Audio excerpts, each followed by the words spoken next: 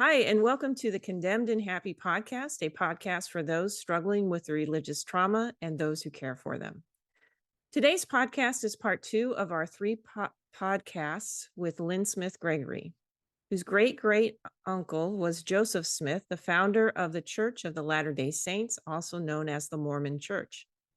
If you are a first-time listener, my name is Kim, and I am an ordained pastor in the ELCA, the more progressive form of Lutheran Christianity in the U.S. The ELCA denounces the harmful ideology of Christian nationalism and is seeking to engage with and walk beside marginalized communities. In this episode, Lyn talks about deconstructing her faith in New York City in the 1970s, a time without social media, email, internet, unlimited calling plans, and a time with really expensive long-distance phone calls. You can find out more about Lyn's life on her blog, lynsmithgregory.com. That's LYNSMITHGREGATORY.com. Real turning point for me was it set me on the path of spiritual exploration and also finding community. Yeah.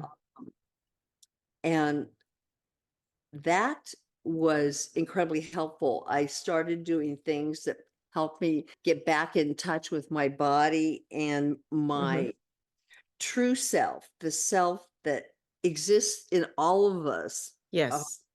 Pre-indoctrination. And I started doing yoga and I learned to meditate. And these practices, as well as finding like-minded people, really helped me learn who I was. I had to discover who I was and where I fit in and what I wanted. Yeah. And at this point, I had met a man that was very different from my intense patriarchal father. I hadn't thought that I would get married, even though I wanted to be a mother very much, because I didn't want the control that I saw my father have over my mother in the very patriarchal. Women have no role in the Mormon Church except as wives and mothers. They're not in any leadership position. They are assigned to help as helpmates and honored really for large families, producing our souls for Zion. Right. And so I really wasn't interested in getting married, but I luckily met a man who was very healthy and he anchored me. And really quite soon after I had this epiphany, he had an opportunity to move back to where he was from, Minneapolis. And I was like, let's go. New York City no longer worked for me. Right. And I wasn't interested in figuring it out anymore. Right. So, yeah, but, I think there are so many components from here that we could talk about. I know one of the things that you mentioned was family estrangement. Yeah. And how painful that was. It wasn't like my parents ever said, well, don't come home for Christmas. But that's good. I did go home once a year, but that's it. I lived 2,000 miles away, which wasn't by accident. And my younger brothers and sisters were getting married all before me, because in the Mormon Church, you get married because there's no tolerance for premarital sex. So you're encouraged to marry, and people get married after knowing their prospective spouse for 6 months. It's crazy. Yeah. And because they don't want them to sin before marriage. So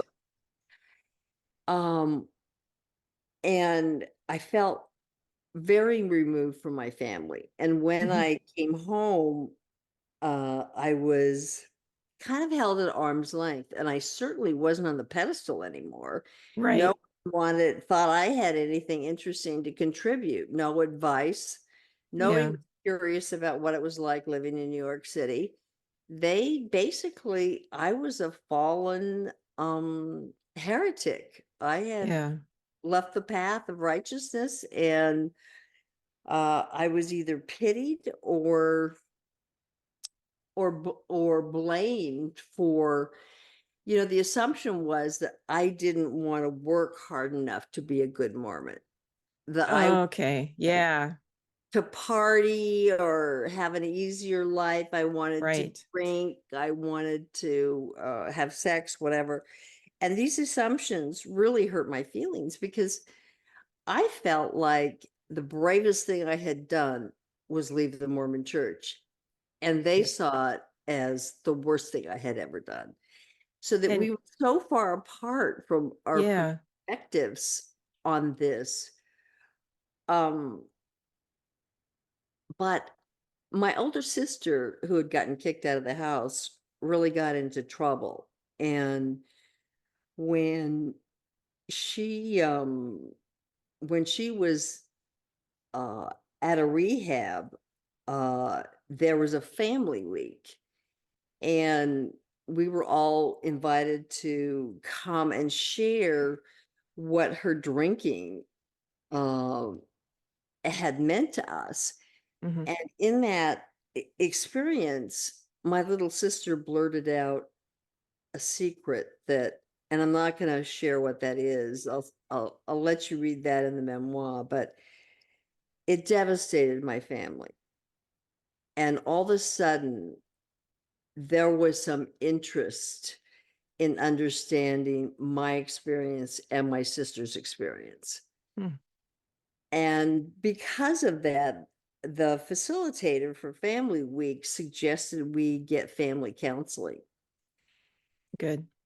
And uh, I am such an anomaly, because my family agreed to do it, Oh, and to wow. Yeah. do it with a non-secular therapist. I mean, with a secular therapist, Good. Yeah. not one that was a Mormon therapist, because most of the counselors or therapists are recommended within the community. So Right. no chance of you getting led astray by a therapist. So our family agreed to once a year reunions, where one day was spent in therapy with a trained facilitator, and 3 days were spent hanging out and basically reconnecting.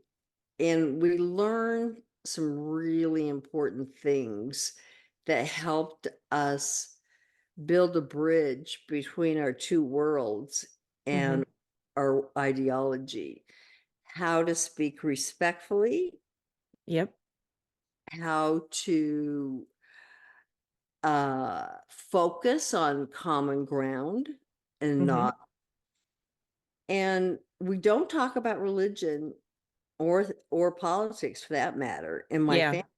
It's Yeah. just completely off the table, because there's no way you and I can agree, Yep. especially when what was traumatic for me is sacred to you.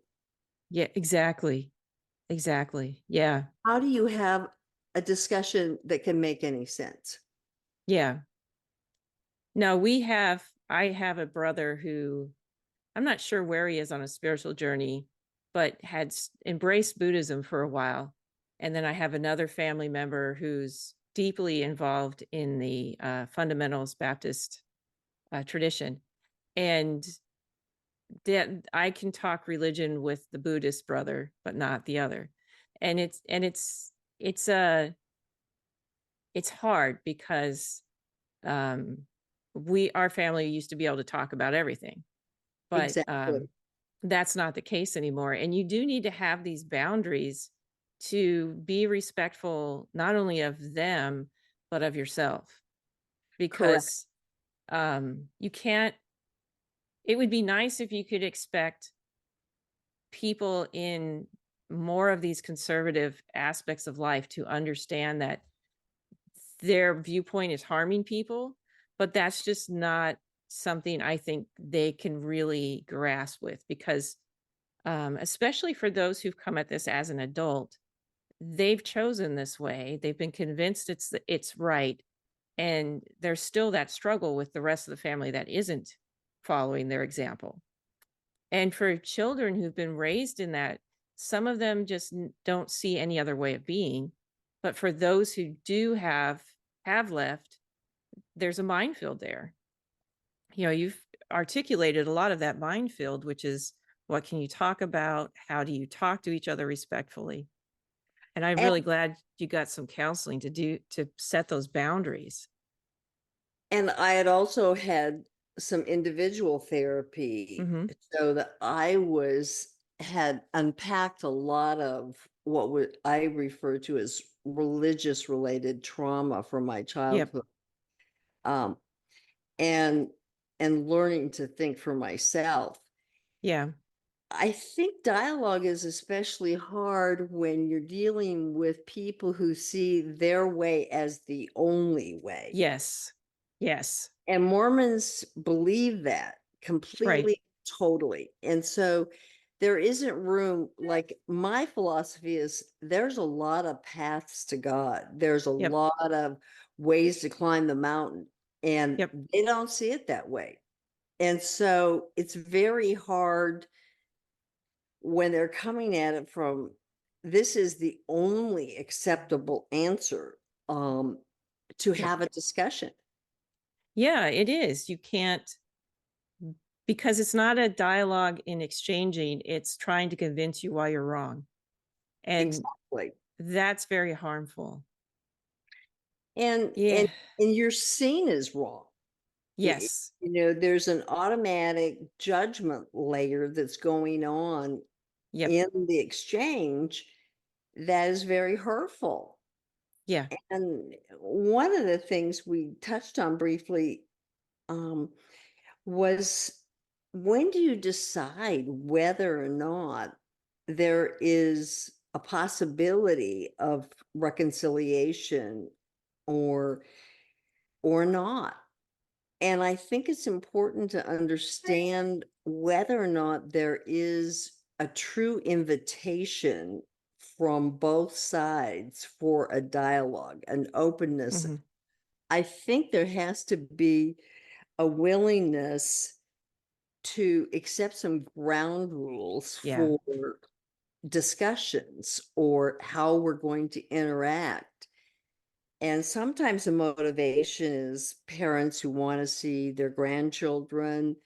There can Yep. be paths that open up, but it's important to make sure you, especially if the relationship has been toxic in the past, Yep. that there's a willingness to accept the guidelines that you put in place or the Yes. boundaries that you have set for yourself.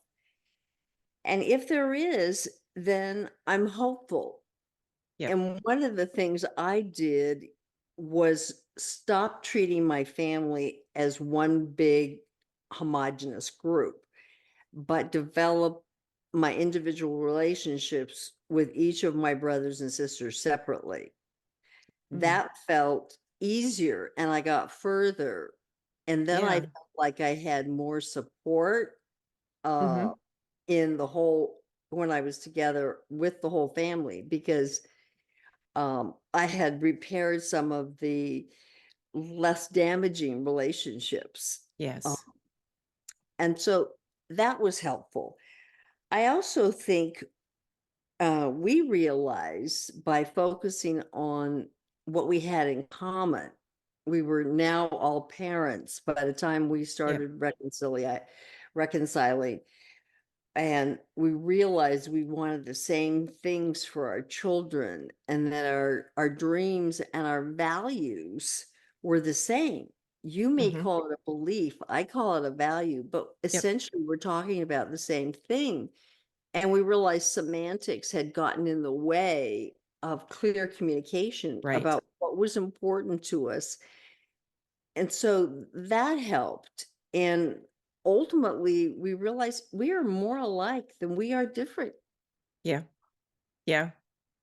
And I find too that even if you are leaving a high demand church, you don't just you may toss out all those values at one point in time, but some of them are inherent in who you are.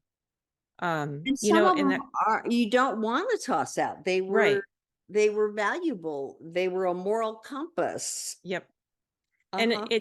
that's what makes it so much harder when the group that is still in there assumes you left because you didn't want to struggle with the moral code that you were raised with, and that all you want to do is drink and have parties, because that puts you into this kind of shame area, but it Right. also puts you in a box that may not even fit.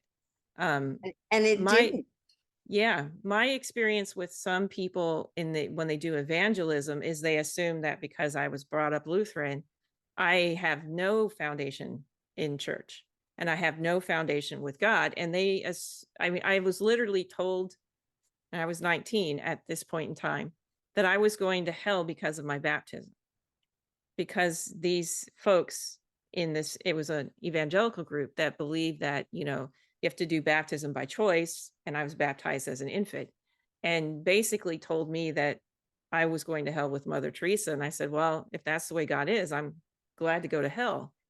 But it created a time in my life where I was like worried. And I called my parents, I called my pastor, um, and I dove into our Lutheran theology. Right. um and that's where I found a lot of my sense of, if God is love, some of these rules that people put up in place can't be the be all end all.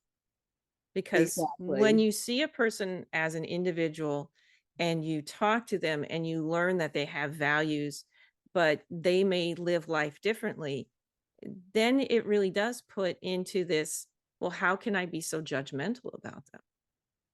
Right. When we afford everyone the dignity of being a human being, an Yep. individual, but we treat them as essentially our brother and sister, uh, children of God in that sense, then a lot of the outside trappings fall away. Yes. If you're responding to the core and you're allowing them the dignity of their choices, and Exactly. you're Yeah. asking them to honor the and give you the dignity of your choices as Yep. well. Yeah, I think that's where when you're in that place, when you can see that someone's making a choice and that they have the right to make that choice.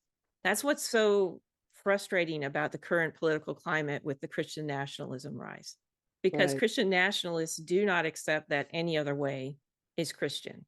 And they do not accept those of us who do not want patriarchy and someone with no medical training telling us how to live our lives, that that robs our dignity and our essence of as a human being. and And of and free will and autonomy. Yes. yes, and that makes it really, really hard to be in a relationship with someone who is not willing to see you as a person. And I think that's, and as a person who has autonomy and has choices, And the um right to have them. and Hmm. the right to have them. Yes. um and regardless of what religion you are in, there seem to be people who are wired into thinking they have the right to choose for everyone else. And it's like, no, please don't. I know. I don't know what sets that up, Yeah. the hierarchical, patriarchal system of most churches uh, can foster that tendency. It does. We kind of fight back a little bit with it in the Lutheran Church some, because right now our presiding bishop is female. Um, there are more women leaderships, but we really need to have more leaders who are not white, basically, and not Right. straight, to really kind of see where our Be blindness is. inclusive. to be Uh-huh. more inclusive. And, it's slow progress. It is a really slow uh, uh, process of understanding how someone else's experience shapes their theology. Because Huh. even within a family, you know, everyone may have been brought up in the same way, but some things will, because of our nervous system diversity, will make a certain thing more traumatic than another. And Absolutely. we really need to, as a society, start understanding that and be a little more gentle with our family members. And I think it's a little easier to do that when you've reached adulthood and you're parenting and you realize this is harder than it looked. Uh-huh. There's a great Yeah. leveling field with parenting. You're not Nothing will Isn't make that you the more humble truth? than a toddler. I've always thought this is the true spiritual path, being a parent, and because you're constantly humbled, the Yep. conflict of your desire to do it so well and your ability, you learn more compassion for others, Yep. your parents, and hopefully also for yourself. Yeah. And self-compassion takes a long time to learn, I've realized. I'm still trying to teach that to my 13-year-old. And I'm getting to the point where it's like, I don't know how to show you this anymore. Like, stop beating yourself up. You're fine. Right, And right, which right. is, it's so different because in the generation I grew up with was stop crying or I'll give you something to cry about, or whatever doesn't kill Absolutely. you makes you stronger. Like this was, and now we're trying to like, okay, how are you feeling emotionally? We're trying to like give them the tools that I didn't have. And it's like, oh, well, each I generation know. is gonna figure it out. It's one of the gaps that I've been learning about that causes family estrangement is parents who grew up with what was trauma, and they grew up Yes. with parents who you know took the belt to them, or Yep. or would humiliate or shame as Yep. a teaching tool. And now their kids have gone to therapy and they're realizing that what they experienced, even though it wasn't the belt, or it was uh, disappointed parents who let it be known that they were not measuring up to their expectations or whatever. Yeah. And they rightly identify it as trauma, but their parents are bewildered because they're saying, that's not trauma. I didn't beat you. You had everything you needed. Yeah. So there's this disconnect between Yep. what is trauma, and it's because of how quickly the generations have changed in Yes. terms of our attitudes about child rearing. Yes, and we have generational trauma. And Yes, because my one side of the family, the Great Depression, my grandparents on that side when they faced that, they didn't get over it. They didn't have the resources to help process through them. So there was a total intolerance in that generation for children to be children. And right, you talk about family estrangement. My parents moved 3,000 miles away from their family. And it wow, was probably helpful, even though we didn't have the family support growing up. Um, because when we moved back my last year of high school, it was really hard for me to manage feeling like the black sheep of the family when I didn't do drugs and I wasn't promiscuous and I wasn't like staying out all night robbing cars or anything. I'm like, there are so many things I could have done. And right, yet the judgment from, because my parents did things differently, right. and that's hard. It was really at 17, 18, hard to manage. Wow. Yeah, and that's just part of how life sometimes is I don't know that all of our generations realize that attitudes need to change. um it's funny Right. too because um we've raised our kids without spanking, and I was spanked, and my parents are like, well, you turned out fine. I think, no. Yeah, it's true. And I know exactly. I actually went to parenting classes because I was so concerned about duplicating my parent, Yeah. the way I was parented with unrealistic expectations. We were treated like mini adults, Yeah. and held to impossible standards. Yeah. And yet I still made mistakes. And we all try our best, but sometimes the gaps can lead to a real sense of um discombobulation. What are you talking about? We gave Right. you everything. You never went Right. without, you know. Um, but Right. It's hard. I think some of the things is like we only can change so much of our own past, and like we try and prevent our kids from facing some of the traumas we faced, and yet at the same time sometimes that robs them of learning how to stand on their own feet. There is no I've gotten to the point where I don't think anyone gets through childhood without some type of trauma and some type of loss, and has to realize, one, their parents were human trying the best that they could with the resources they had, and two, then learning to forgive them for their mistakes, because as a child you feel like your parents are expecting so much of you, and then you realize they messed up so badly. Why would they do that? You have this expectation as a child that parents know what they're doing, and my parents were good at faking that. Thank you for listening to the second of 3 podcasts with Lyn Smith Gregory. In our next episode, Lyn and I continue to discuss reconciliation and its limits, parenting, and what churches and church leaders could do to make church more relevant to people today. If you would like to share your story or have useful tips for healing from religious trauma, feel free to reach out to me or Ray at condemnedhappy@gmail.com. That's condemnedhappy@gmail.com. Resources that Lyn has found helpful are available on the show notes and on our blogs. Have a great week.